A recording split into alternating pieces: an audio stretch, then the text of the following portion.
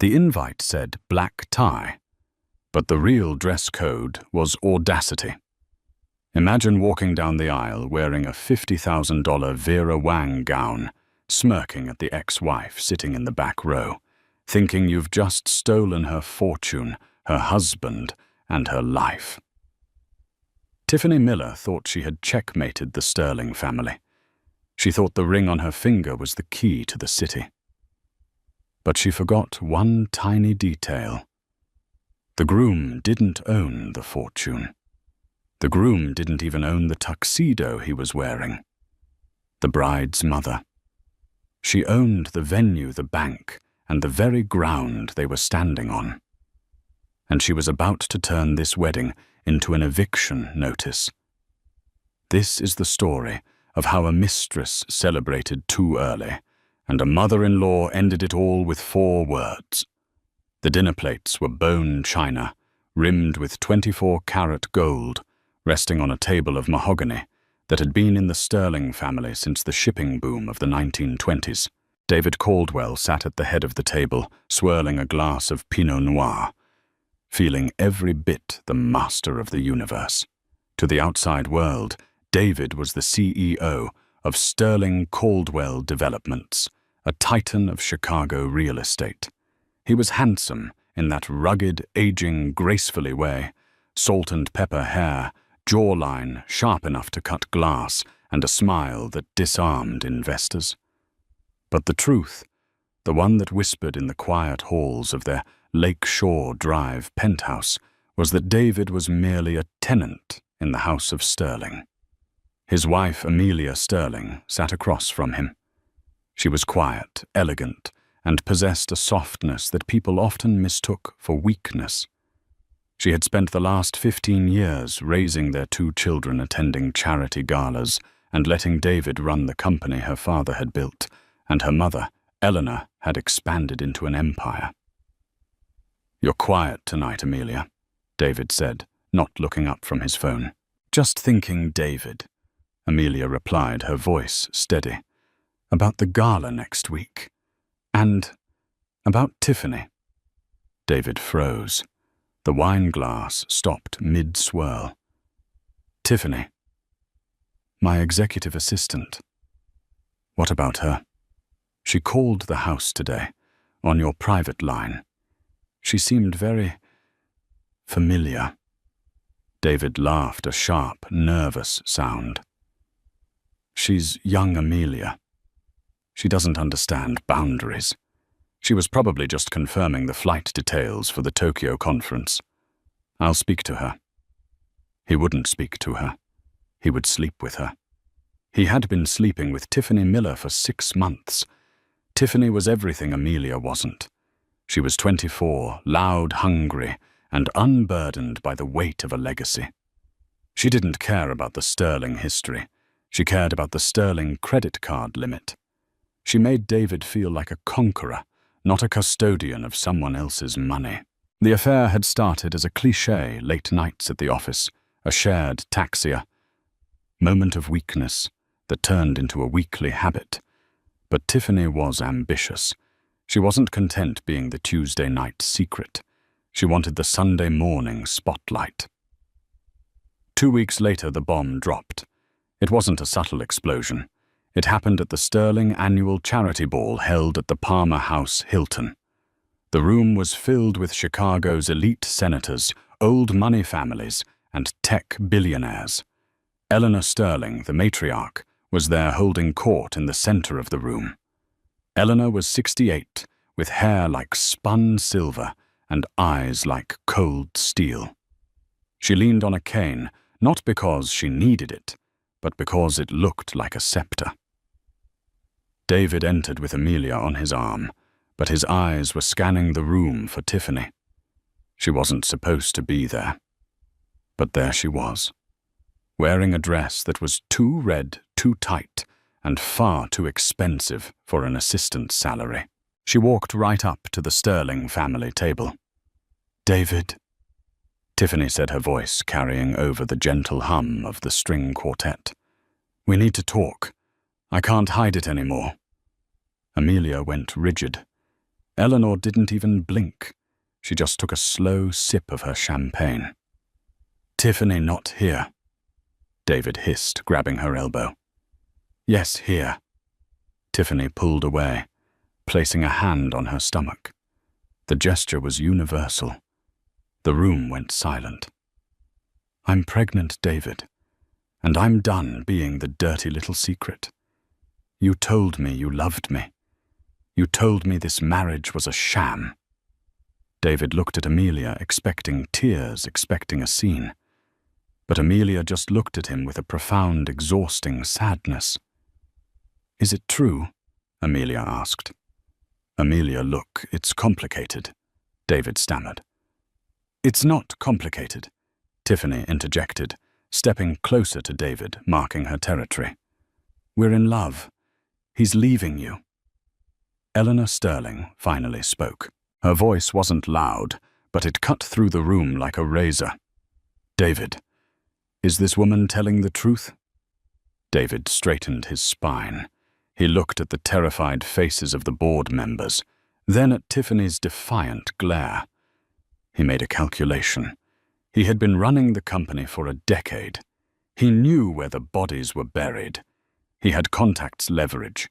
If he left, the stock would tank. He thought he held the cards. "Yes," David said, his voice gaining strength. "I'm sorry, Amelia, but I'm in love with Tiffany, and she is carrying my child. I want a divorce." Amelia nodded slowly. She took her napkin, dabbed the corner of her mouth, and stood up. "Very well, David. I'll have Harrison send over the papers in the morning." She walked away without a tear. Tiffany beamed, clutching David's arm. She had won. She had dethroned the princess. Eleanor watched her daughter leave, then turned her gaze to David. "You are making a mistake, David, a very expensive one." "I built this company's modern portfolio, Eleanor." David scoffed, emboldened by the adrenaline. "I'm entitled to my share. The courts will see to that.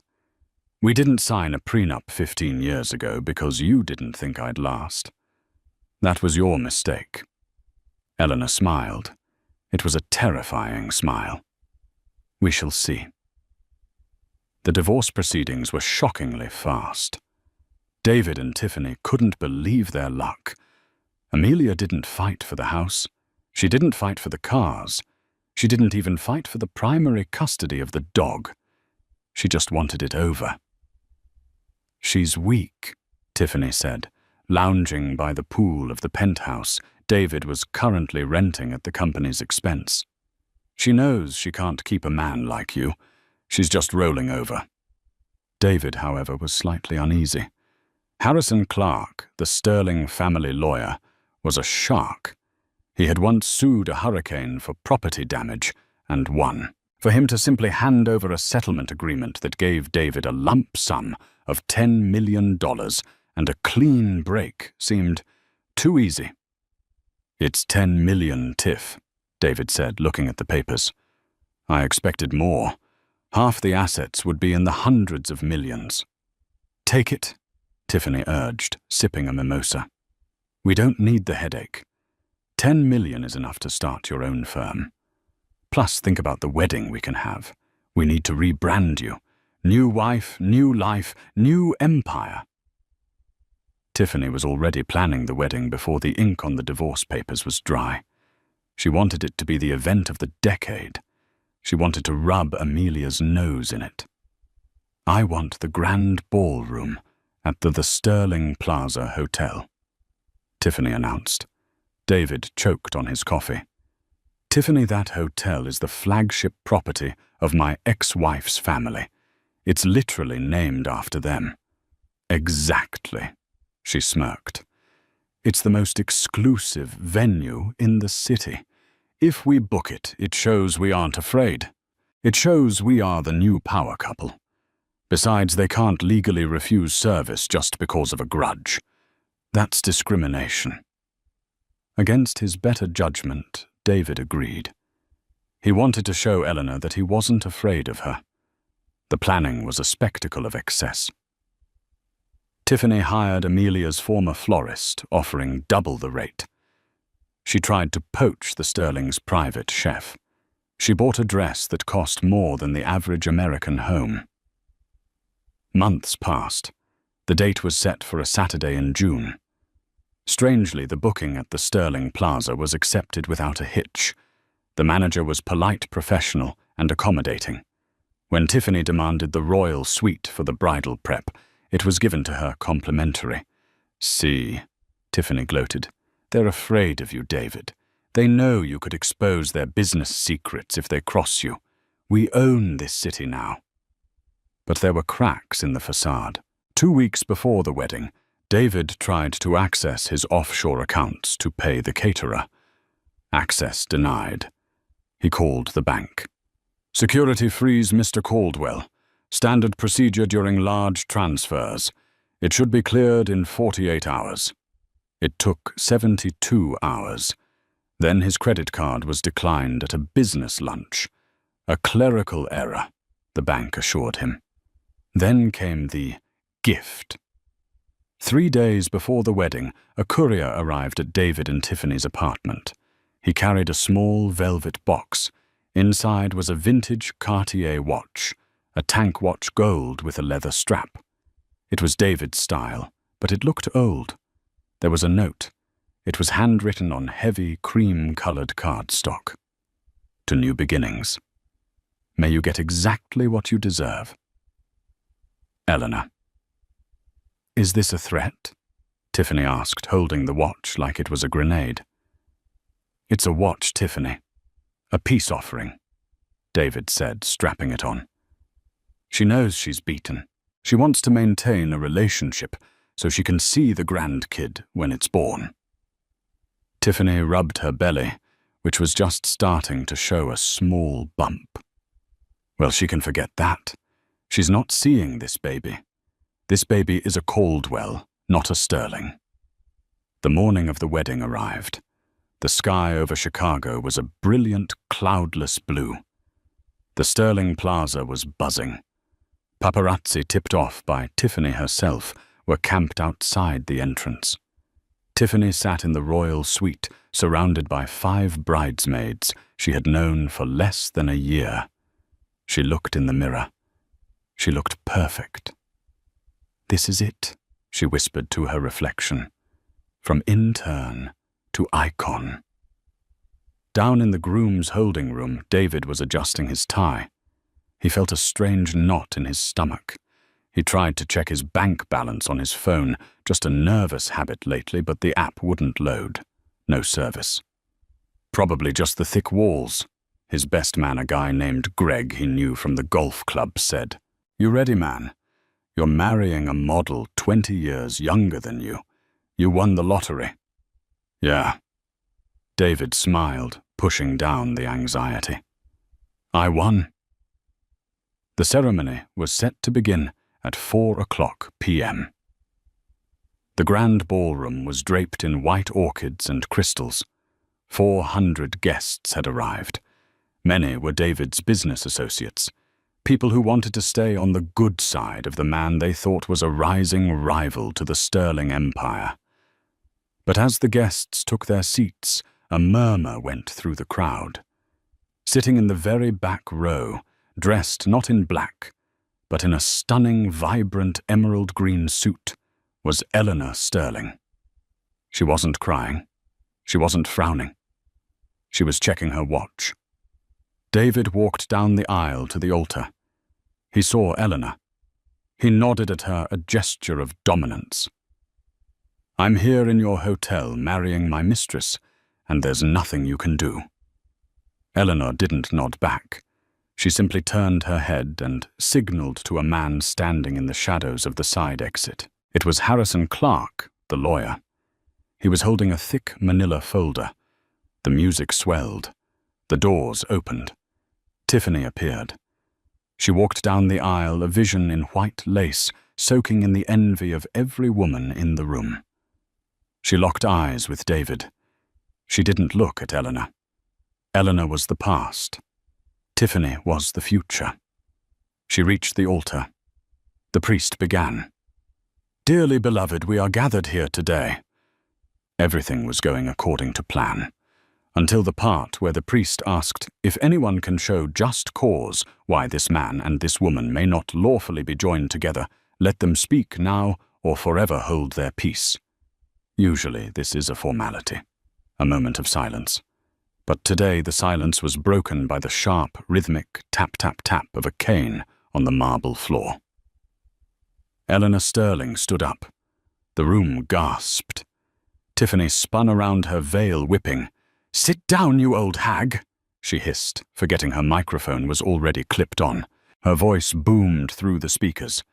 Eleanor didn't sit. She walked slowly to the center of the aisle. "I don't object to the marriage," Eleanor said, her voice projecting clearly without a microphone. "By all means, marry him. He's going to need the emotional support." "Then get out," David shouted, his face turning red. "Security, remove her." "Security works for me, David," Eleanor said calmly, "as does the priest, as does the catering staff, as does the bank that holds the mortgage on the penthouse you're currently sleeping in." "What are you talking about?" David stepped off the altar, approaching her. "We have a settlement. I have $10 million. "You had $10 million, Eleanor corrected. "Until 3:55 p.m. today." She motioned to Harrison Clark. He stepped forward and handed a document to David. "What is this?" David's hands were shaking. "That," Eleanor said, a cold smile touching her lips, "is the activation of the morality and competence clause hidden in the bylaws of the shell company you thought you were transferring your assets to. You see, David, you didn't build the modern portfolio. You signed the paperwork I prepared for you for 10 years. And you signed your exit papers without reading the addendum on page 42. "Page 42, David whispered. "The clause states that if the departing executive engages in public acts that damage the Sterling brand reputation on Sterling property, the severance is forfeited to cover damages." This is nonsense. I'll sue you." "You can try," Eleanor said. "But you'll need a lawyer, and since I've frozen your accounts pending a fraud investigation regarding the Tokyo expenses Tiffany booked, I don't think you can afford one."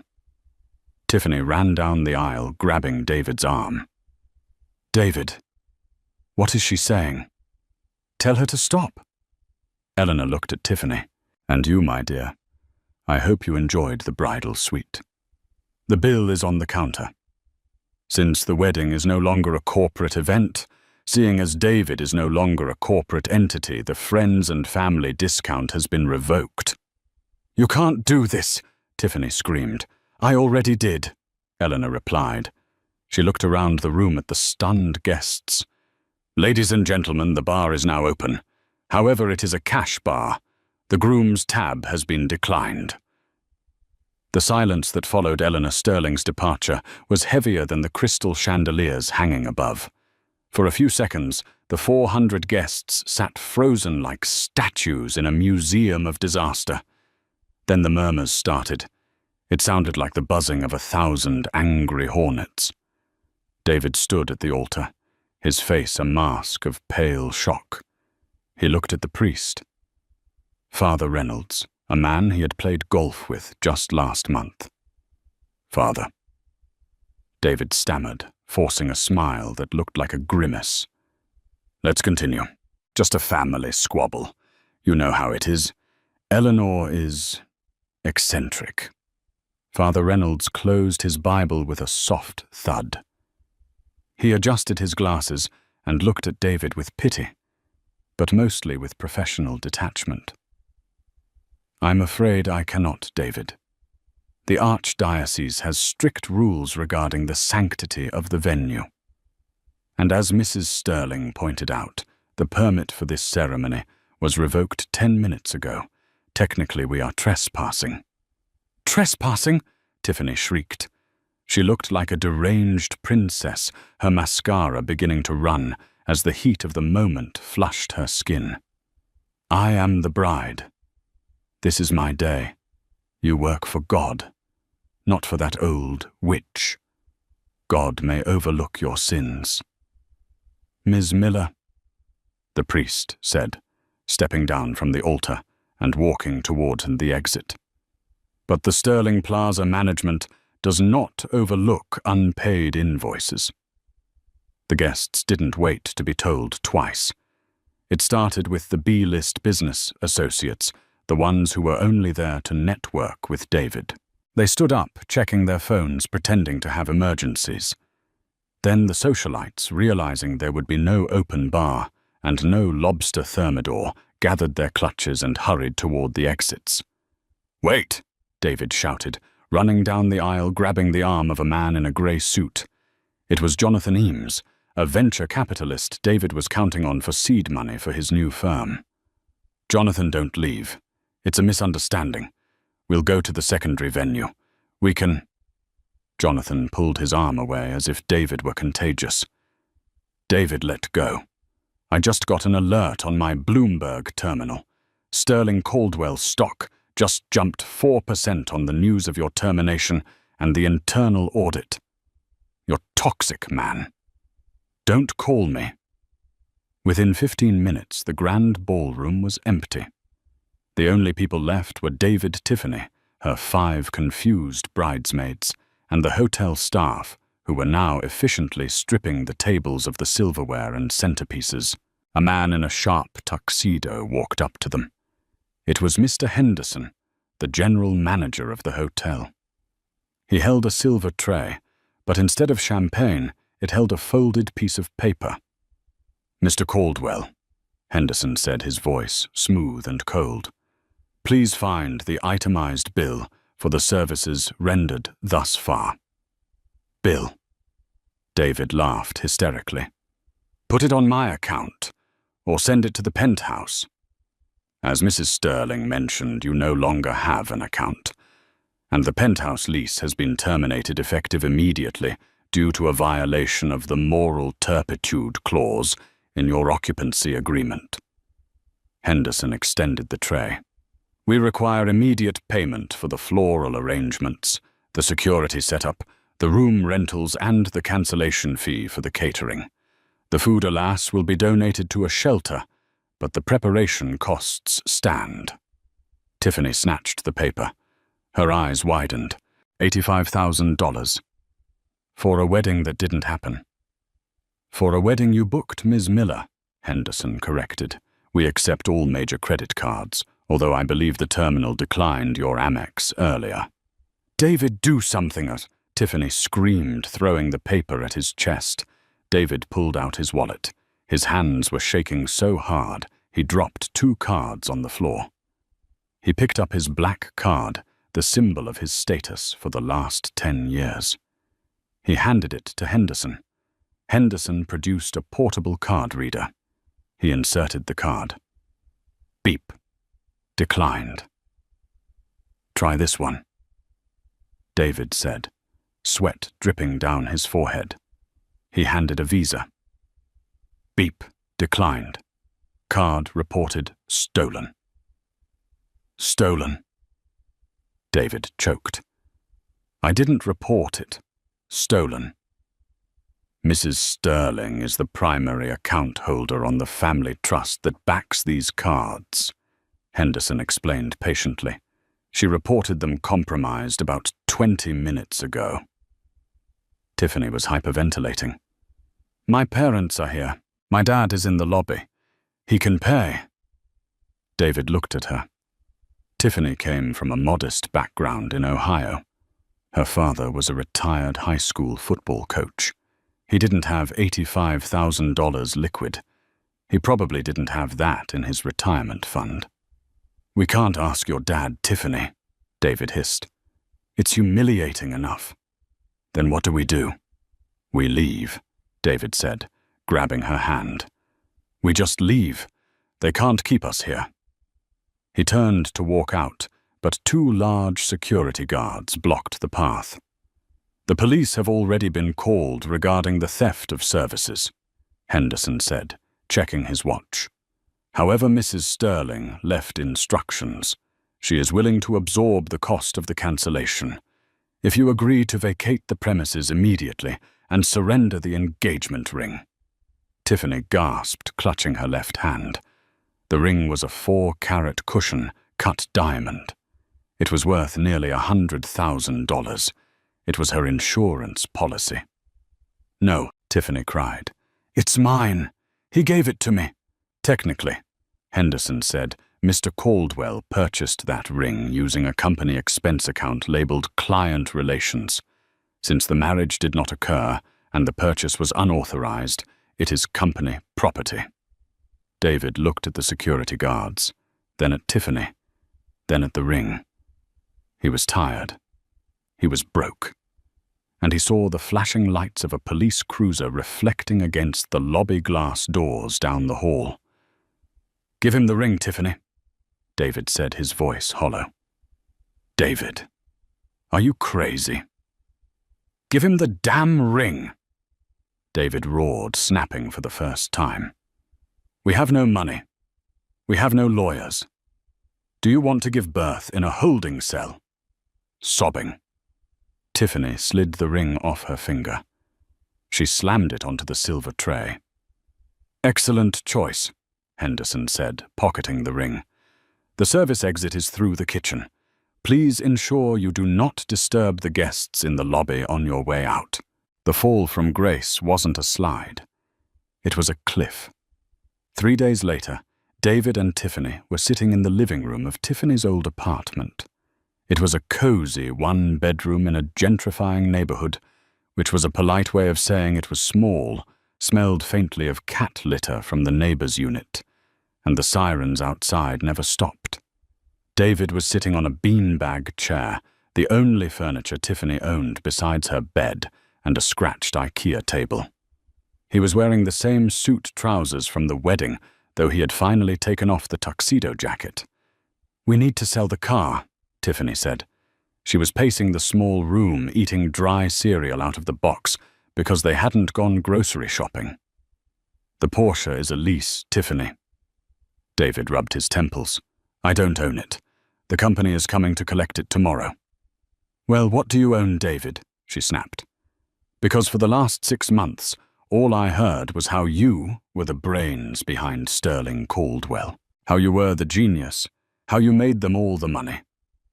"I am the genius," David shot back. "I made the deals, I designed the skylines. Then why can't you get a job?" That was the question.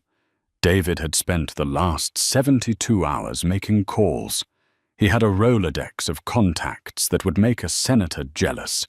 He had called headhunters, hateful developers, even old college buddies.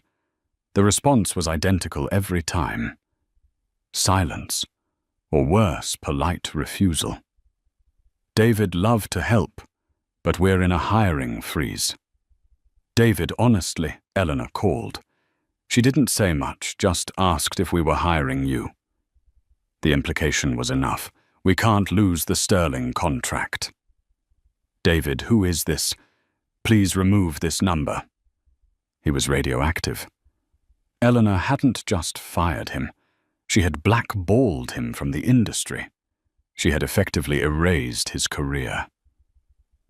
"I have an interview today," David said, standing up and trying to smooth the wrinkles in his shirt. "With Marcus Thorne. He's Eleanor's biggest competitor. He hates the Sterlings. He'll hire me just to spite her."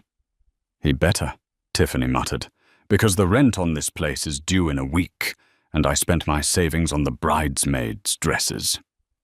David took an Uber to the Thorne Tower.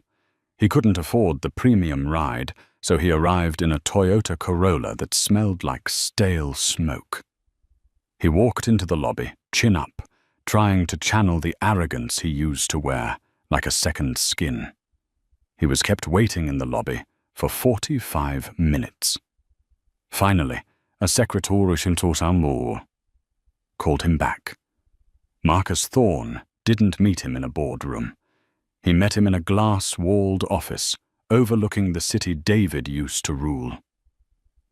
Marcus was a young, aggressive developer who usually wore sneakers with his suits. David Caldwell. Marcus grinned, not standing up to shake hands. The man of the hour, or should I say the man of the viral video?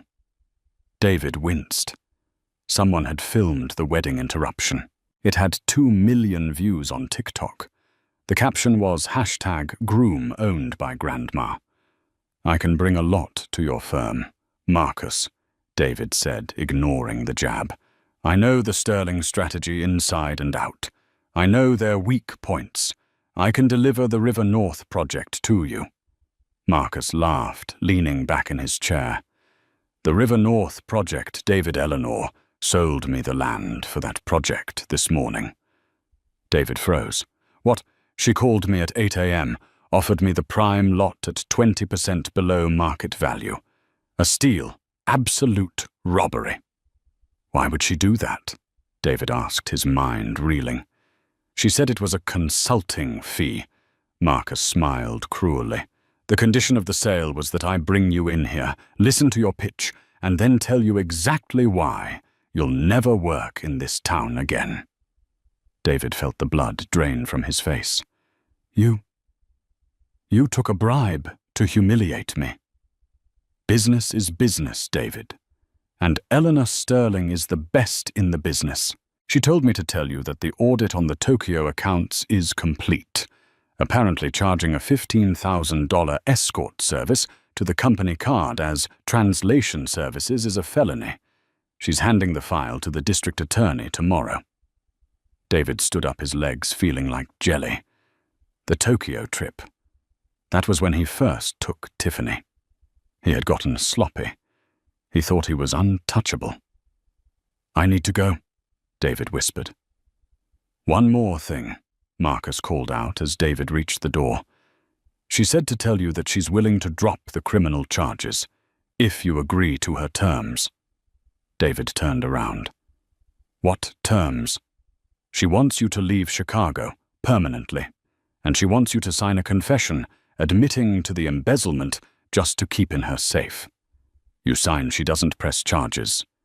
You stay. You go to prison. David walked out of the Thorn Tower into the blinding sunlight. He felt nausea rising in his throat. He pulled out his phone to call Tiffany to tell her they had to run. They had to go to her parents in Ohio, or maybe Florida. Somewhere Eleanor couldn't reach, but his phone buzzed with a text from Tiffany first. David. Where are you two men are here?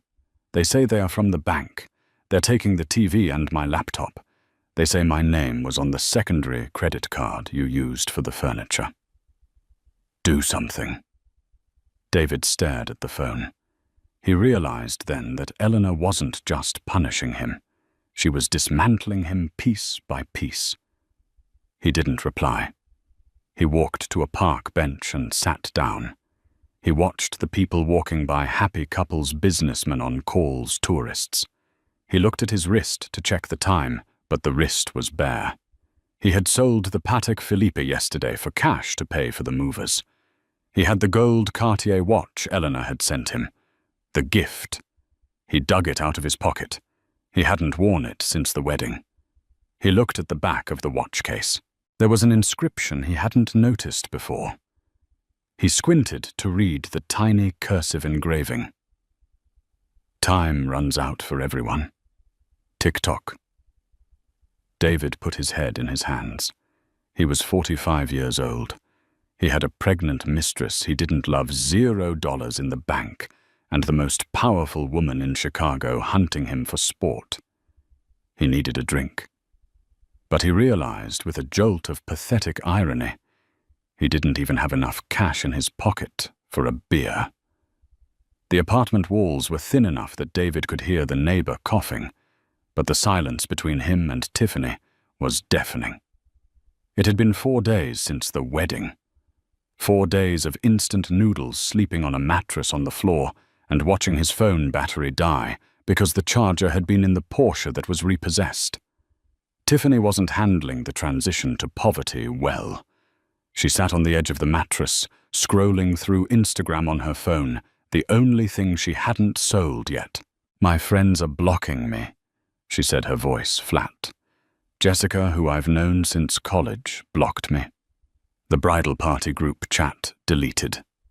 They were fair-weather friends, Tiff. David grunted, staring at the ceiling. We'll make new ones, once I get back on my feet. Get back on your feet?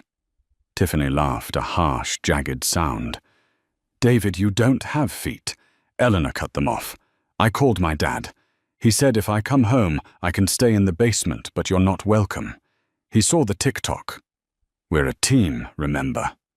David sat up, trying to touch her arm. You, me, and the baby. We just need to leave Chicago. We'll go to Houston. I have contacts there. Tiffany pulled her arm away. She looked at him. Really looked at him for the first time, without the filter of wealth. She saw the grey roots coming in the wrinkles around his eyes, the desperation. She realized she wasn't looking at a tycoon. She was looking at an unemployed, middle-aged man with a fraud investigation hanging over his head. I'm going for a walk, she said, standing up. I need air. Take my coat, David offered. It's chilly. I don't need your coat, she snapped. She grabbed her purse and walked out the door. She didn't go for a walk. She walked 3 blocks to a Starbucks, bought a coffee with the last $5 in her hidden emergency cash, and made a phone call. Sterling Enterprises Harrison Clark's office, a crisp voice answered. This is Tiffany Miller, she said, her hand trembling. Don't hang up. I have information about the Tokyo accounts, about the offshore shells. I know where he hid the hard drive. There was a pause. Then the secretary's voice returned, sweeter this time. Please hold for Mr. Clark. An hour later, a black town car pulled up to the curb. Tiffany got in. She didn't look back at the apartment. Back in the apartment, David waited. 1 hour became 3. 3 became 6. Night fell. He started to worry. Maybe something happened to the baby. He borrowed the neighbor's phone to call her. It went straight to voicemail. He paced the room. Then he noticed something. The closet door was slightly ajar. He opened it. Her suitcase was gone. Her makeup bag was gone. On the IKEA table, there wasn't a note. There was just a pregnancy test kit box. Empty. Confused. David looked at the trash can. Sitting right on top was the test stick. He picked it up. He squinted at the little window. 1 line. Negative. He dug through the trash. There were 3 other tests, all negative. The realization hit him like a physical blow. She was never pregnant. It was a trap. The baby was just a leverage play to get the ring, to get the wedding, to lock him down before he could change his mind. And now that the money was gone, the baby was gone, too. David sank to the floor, holding the plastic stick. He laughed. It started as a chuckle and turned into a manic sob. He had blown up his life, his marriage, and his reputation for a lie. Then the pounding on the door started. Police, open up! David didn't run. He didn't have the energy. He walked to the door and opened it. 2 officers stood there, flanked by Harrison Clark. David Caldwell, the officer asked. Yes. You're under arrest for corporate embezzlement, wire fraud, and grand larceny. Hands behind your back. As they cuffed him, David looked at Harrison. How I wiped the servers. Harrison adjusted his silk tie. You did. But Ms. Miller kept a backup. She just handed it over in exchange for immunity. She's on a flight to Phoenix as we speak. One way. David was marched out into the flashing red and blue lights. The neighbors he felt superior to were all watching filming with their phones. The interrogation room was cold, smelling of stale coffee and fear. David had been there for 24 hours. His suit was wrinkled, his stubble was thick, and his arrogance was entirely gone. The door opened. He expected his public defender. Instead, Amelia Sterling walked in. She looked different. Not flashy, not vindictive. She looked free. She wore a simple cream blouse and trousers, her hair pulled back. She sat down across from him. She didn't have a lawyer with her. "Amelia," David croaked. "Amelia, please. You have to help me. They're talking about 10 years, minimum." "Hello, David," she said softly. "I made a mistake," David pleaded, leaning forward, the handcuffs clinking against the metal table. "I was seduced. I was foolish. But I'm the father of your children. Don't let them see their father in prison." "The children are fine, David. They are at boarding school in Switzerland. I told them you've gone on a long sabbatical to find yourself." "Amelia, that girl. She lied. She wasn't pregnant. She set me up. I can fix this. If you just talk to Eleanor, tell her to drop the charges, I'll sign anything." Amelia looked at him with a gaze that wasn't angry, just disappointed. "You still don't get it, do you? This isn't about Tiffany. This is about you. You spent 15 years thinking you were the smartest person in the room. You thought my mother was old and I was stupid." "I never thought you were stupid."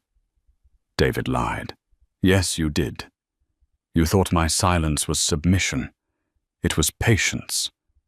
Amelia placed a folder on the table. "What is this?" "Mother wanted to let you rot," Amelia said. "She wanted to watch the trial on TV with popcorn. But I convinced her otherwise." David felt a spark of hope.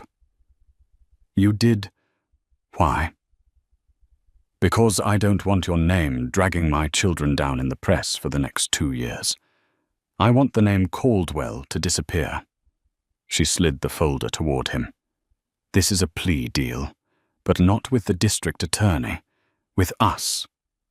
David opened it. His eyes scanned the pages. "We will withdraw the complaint. We will attribute the missing funds to a clerical error in the international accounting software. The police will release you due to lack of evidence." "Thank God." David breathed, tears welling up. "Thank you, Amelia." "Read the rest," she said sharply. David looked at the bottom of the page. Condition 1. David Caldwell must legally change his name. He may never use the name Caldwell or Sterling again. Condition 2. He is permanently banned from the state of Illinois. Condition 3. He accepts the position of night shift manager at a Sterling-owned logistical warehouse in Anchorage, Alaska. Condition 4. His wages will be garnished at 75% until the stolen $4.2 million is repaid. At his current salary, this will take approximately 140 years. "Alaska," David whispered. "A warehouse. Amelia, I'm a CEO." "You are an unemployed thief," Amelia corrected. "Those are the terms. You sign, you walk out of here, get on a bus and go to Alaska. You get a small apartment, a warm coat and a job. You don't sign. The DA walks in next and you go to Statesville prison for 15 years. David looked at the pen. He looked at Amelia. He remembered the cold nights in the penthouse, the gold plates, the feeling of power. It all seemed like a dream now. "Does she know?" David asked, referring to Tiffany. "Tiffany." Amelia smiled faintly. "Harrison gave her $5,000 and a bus ticket. Last I heard, she's waitressing in a diner in Arizona. She's someone else's problem now." David picked up the pen. His hand shook. "I'm sorry, Amelia," he said, and this time he almost meant it.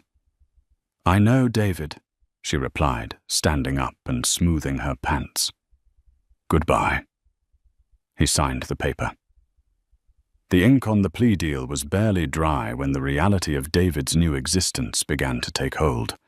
He wasn't given time to mourn his former life. There was no farewell party, no packing of boxes in the penthouse.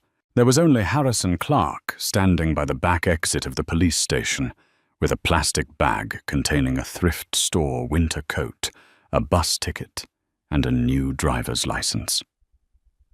David looked at the license.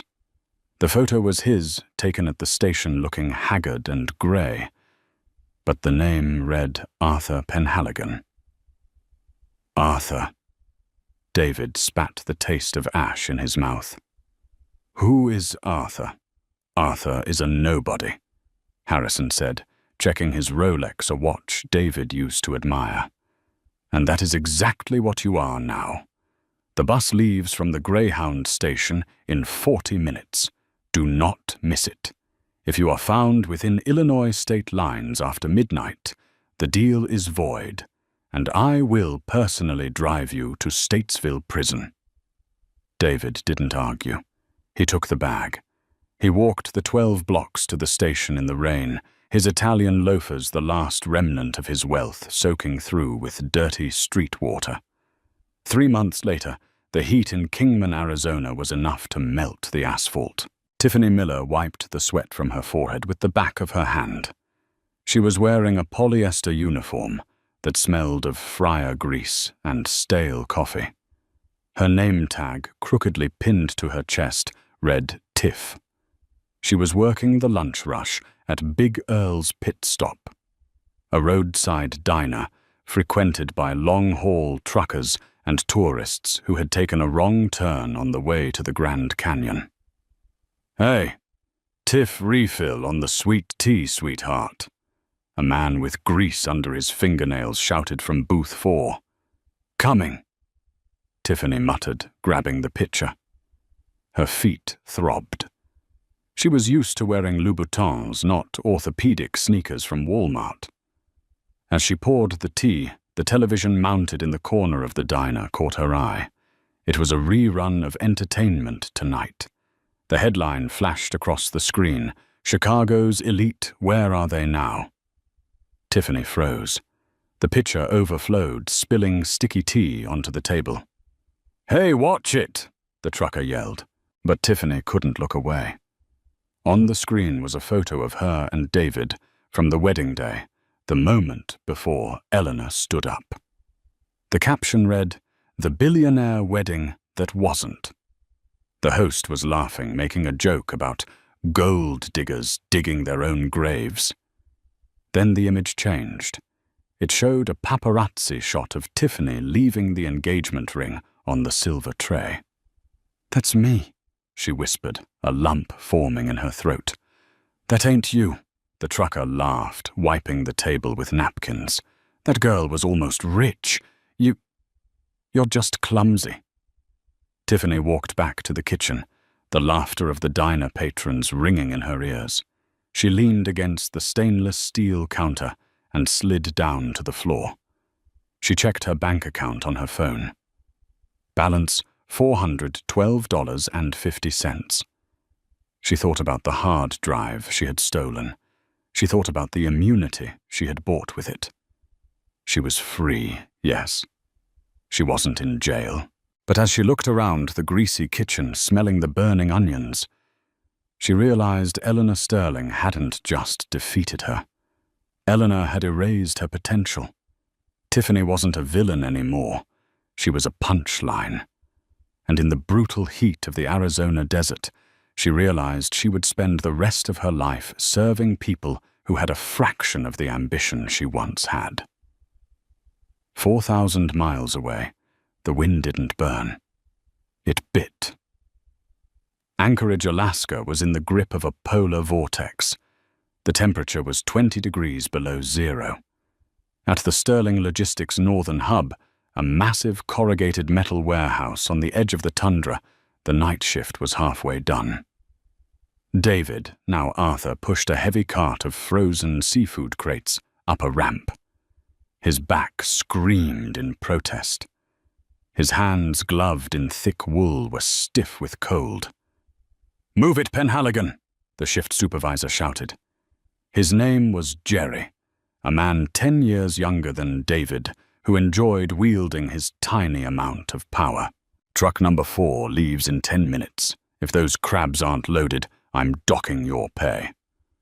I'm moving as fast as I can, Jerry. David wheezed, his breath forming clouds in the frigid air. Not fast enough. Maybe that's why you're a 45-year-old rookie. Jerry sneered. David gritted his teeth and shoved the cart. He slipped on a patch of ice, his knees slamming into the concrete. Pain shot up his legs. He lay there for a second, staring at the industrial lights buzzing overhead. He remembered the lights of the chandelier in the penthouse. He remembered the feel of silk sheets. He remembered the taste of 1942 Pinot Noir. Now the only thing he tasted was bile and the metallic tang of blood from biting his lip. He hauled himself up. He checked his wrist.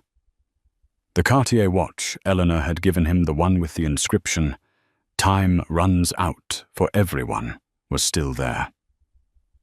He had tried to pawn it his first week in Anchorage. The pawnbroker had laughed at him. "This is a replica, pal," the pawnbroker had said. "Good gold plating, but the movement is cheap Chinese quartz, worth maybe $50. Even the gift was a lie. Eleanor hadn't given him a family heirloom. She had given him a prop, a reminder that his entire life with the Sterlings had been an imitation of value. At 6 a.m. the shift ended. David walked to the break room to collect his pay stub. He tore open the envelope. Gross pay, $800. Federal tax, $120. State tax, $0. Court-mandated restitution. Sterling trust, minus $600. Net pay, $80. $80 for 60 hours of back-breaking labor. David stared at the number. He did the math again in his head. At this rate, he would pay off the $4.2 million debt in roughly 150 years. He wasn't working to pay it off. He was working to survive until he died. He walked out into the snow, the wind howling like a banshee. He pulled his collar up. There was no escape. The Sterling arm was long, and its grip was iron. He was a hamster in a frozen wheel, running toward a horizon he would never reach.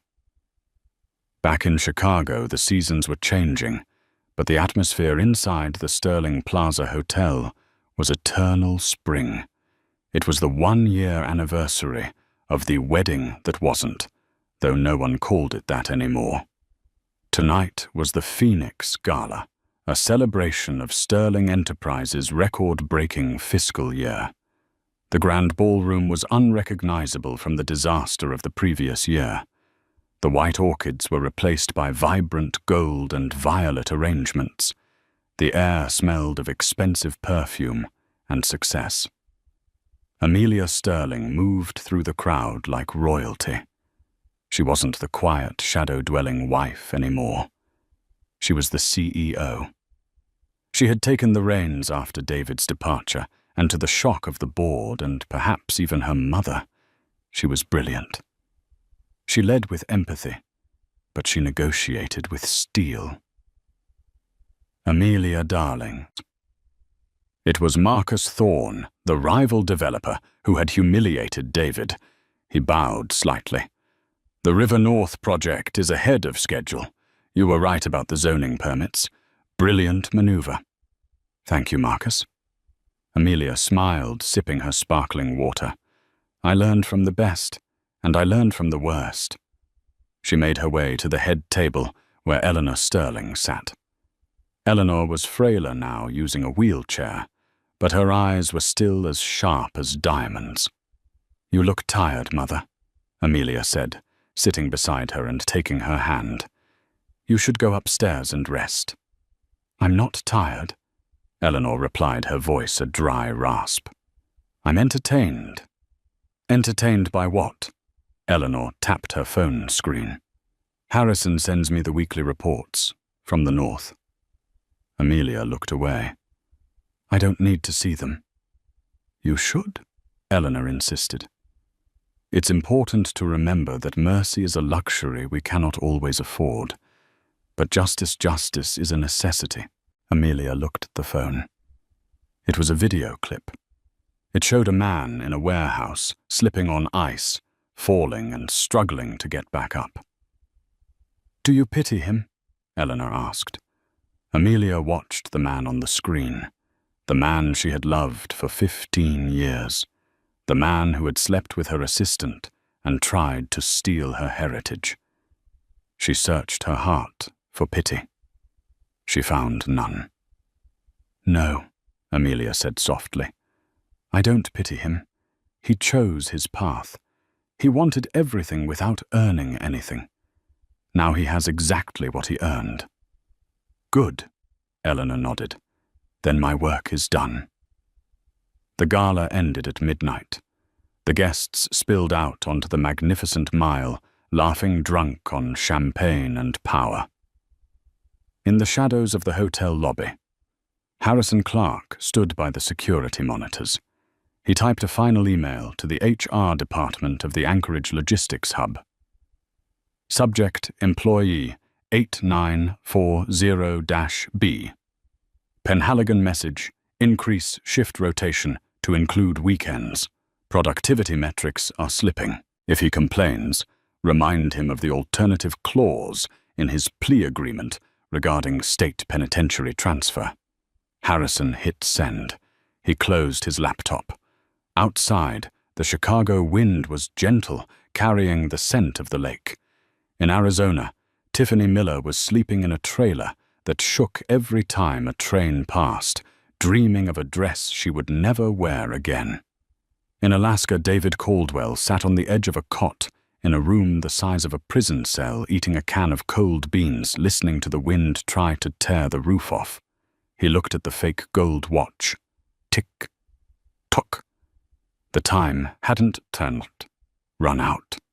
It had just slowed down to an agonizing crawl. The drama was over, the audience had gone home, and the actors who had tried to steal the show were left in the dark, realizing too late that the curtain never really falls, it just crushes you. And there you have it, the complete unadulterated downfall of David Caldwell and Tiffany Miller. It's a story that proves one universal rule. The higher you climb on a ladder built of lies, the harder you hit the ground when the truth kicks it out from under you. David thought he was playing chess, but he didn't realize he was just a pawn on Eleanor Sterling's board. He traded a life of luxury and a loyal wife for a fleeting ego boost and a fake gold watch. And Tiffany. She learned that marrying up only works if the man you're marrying actually owns the elevator. This wasn't just revenge. It was a corporate liquidation of two human beings' futures. It makes you wonder, was Eleanor Sterling a monster, or was she simply the ultimate protector of her family's his legacy? I want to hear from you in the comments below. Question of the day. Did Amelia let David off too easy with the Alaska deal, or is working in a frozen warehouse for the rest of his life actually worse than prison? And what about Tiffany? Did she deserve to lose everything? Or was she just a victim of David's manipulation? If you loved this saga of wealth, betrayal, and icy justice, please hit that like button. It helps get these stories out to more people. Subscribe and turn on the notification bell so you're the first to know when the next drama drops. I've got a story coming up next week about a lottery winner who hid the ticket from his wife until she found the receipt. You won't want to miss it. Thanks for watching, and remember, be careful who you cross, because you never know who really owns the venue.